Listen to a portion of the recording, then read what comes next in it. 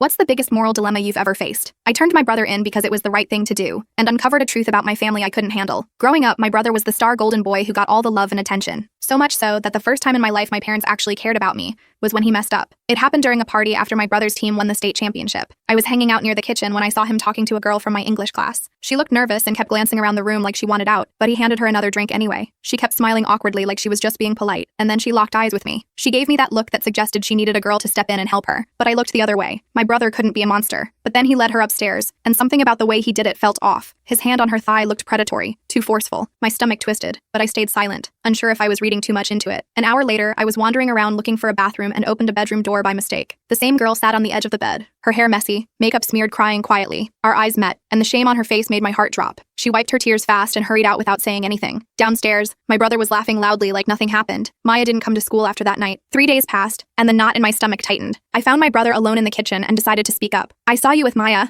I said. He forced a laugh. "She was wasted. I was just helping her find a room to rest." "But she was crying," I pressed. His expression darkened immediately. "Are you accusing me? Seriously? What do you think I am, a monster? You've always been jealous. You're always making stuff up for attention." He walked away and slammed the door behind him. A week went by. Maya's desk stayed empty, and the guilt eventually overwhelmed me. I made an anonymous tip to the school counselor with dates and specifics. An investigation started up, and my brother was temporarily suspended. That night, my parents burst into my room furious. Mom cried hysterically, shouting, "Someone's trying to ruin your brother's life." Dad paced, calling lawyers. They didn't know it was me, yet. But then they remembered they had dropped me off to the party alongside my brother. They started questioning me. I tried to lie, but the hesitation in my voice gave me away. As soon as they realized I was the one to put the report in, they went insane. My dad opened a bottle and started drinking. My mom began screaming about betrayal, and my brother cornered me later, his eyes blazing. "You couldn't just be happy for me, no? You selfish, evil beach." I felt suffocated, terrified of what they might do to me. The next 2 weeks were hell. They kept threatening me to take the report back, and I was going to, simply out of fear. But something in me told me to hold my ground, and I'm so happy that I did. Because 2 weeks later, Maya went to the police herself. Thankfully, they actually took her seriously. I was asked by Maya to testify a few days later. I wanted to. I really did. But when I told my parents, my mom slapped me so hard my cheek burned. "We gave you everything, and you repay us by destroying our family," she yelled. That's when I knew I had no choice but to do it. I packed my bag and stayed with my best friend until the hearing. At it, I detailed exactly what I saw. My whole family looked at me like I was a monster. Afterward, texts flooded my phone. Cousins, aunts, uncles, all saying I'd betrayed my brother. Grandma messaged, "You aren't welcome at family gatherings anymore." That evening, Dad sent me a college brochure for a school 4 states away. They wanted me out of their lives forever. At my brother's sentencing, the courtroom was packed. His lawyer painted him as a kid who made a youthful mistake. And my brother got off with a reduced sentence. Dad approached afterward saying, "Family protects family. You failed us." He walked away without another word. 2 years later, I'm now sitting in my small dorm room far from home, and things feel simpler. My roommate doesn't know anything about my past, and I like it that way. But then yesterday my phone rang. It was Mom. I took a deep breath and answered, "Hello." I couldn't tell you what happened next year. The full story is on my channel and linked below.